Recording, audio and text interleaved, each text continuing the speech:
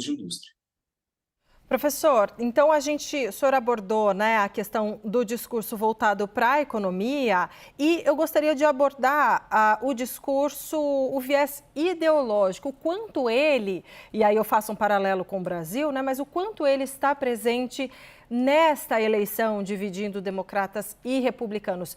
Ainda é um ponto essencial dessa eleição?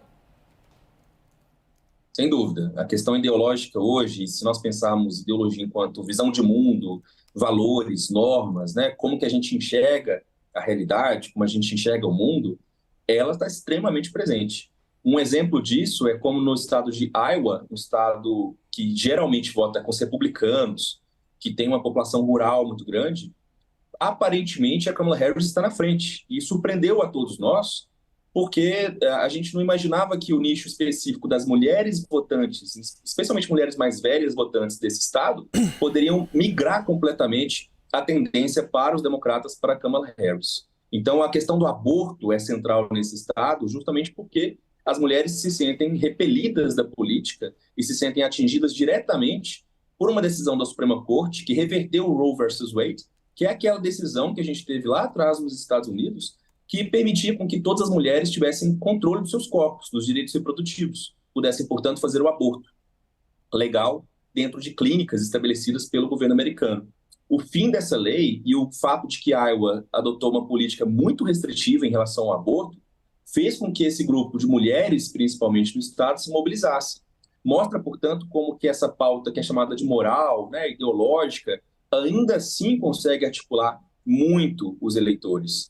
Por exemplo, se nós pegarmos o caso do Porto Rico, né, daquele comediante que fez uma piada com Porto Rico no discurso de uma convenção do Trump, aquilo pegou muito mal, aquilo construiu a ideia de que latinos não são americanos, de que porto-riquenhos não são tão americanos. Portanto, essa ideia, essa noção da identidade enquanto parte desse processo ideológico, de quem é americano e de quem não é, ainda é muito forte.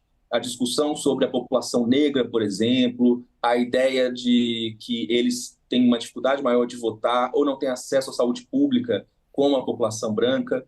Esses são todos aspectos que, em alguma medida, podem parecer menores, mas não são. Falam justamente de ideologia, de visão de mundo.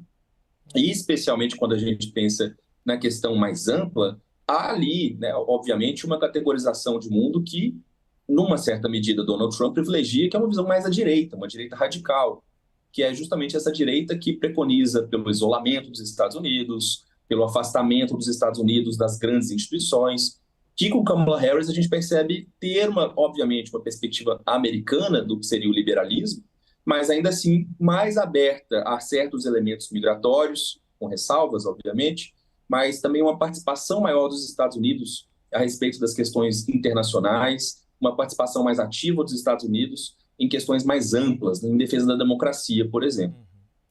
Excelente papo. A gente conversou com Lucas Leite, professor de Relações Internacionais da FAP. Professor, muito obrigada por estar mais uma vez com a gente.